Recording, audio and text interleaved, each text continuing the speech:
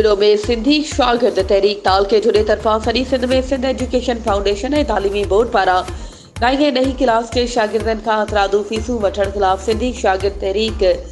ज़िले मीरपुर ख़ास जे organiser Qayyum Talpur unit organiser Noor Kaloi, Awami Tehreek जे मरकज़ी अगवान अयास खोसो, अवामी तहरीक जुड़े जे सदर अयास कलोई,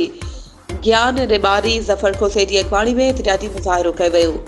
उन मौक़े ते अगवाननि मुतालबो कयो त पाकिस्तान जे आइन जे आर्टिकल 25A मूजिबि रियासत तरफ़ां 16 सालनि ताईं जे तालीम शागिर्दनि खे मुफ़्त में ॾियणु लाज़मी करार ॾिनो वञे। पर तंहिं हूंदे बि हर साल सरकारी तोड़े नीम सरकारी स्कूलनि मां शागिर्दनि खां ॻरियूं फीसूं वरितियूं वञनि थियूं, जेका आइन जी ख़िलाफ़ वर्जी आहे। सिंध एजुकेशन फाउंडेशन सिंध हुकूमत जे ताउन सां हलंदड़ इदारो आहे ऐं सेफ जे स्कूल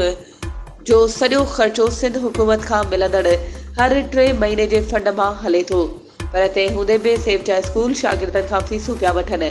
जेके पोरियत तबिके सां तालुक़ रखंदड़ शागिर्द अदा नथा करे सघनि। सिंधी शागिर्द तहरीक समूरनि बोर्डनि तोड़े सेफ स्कूलनि जे अहिड़े अमल खे आइन जे ख़िलाफ़ सम्झी रद्द करे थी ऐं उहो मुतालबो थी करे त फीसूं ख़त्म कयूं वञनि। वधीक ख़बरुनि ऐं अपडेट्स जे लाइ असांजे चैनल खे सब्सक्राइब कयो ऐं हा, बेल आइकन खे प्रेस करणु न विसारिजो त जीअं असांजी हर नई अचण वारी वीडियो तव्हां ताईं पहुची सघे।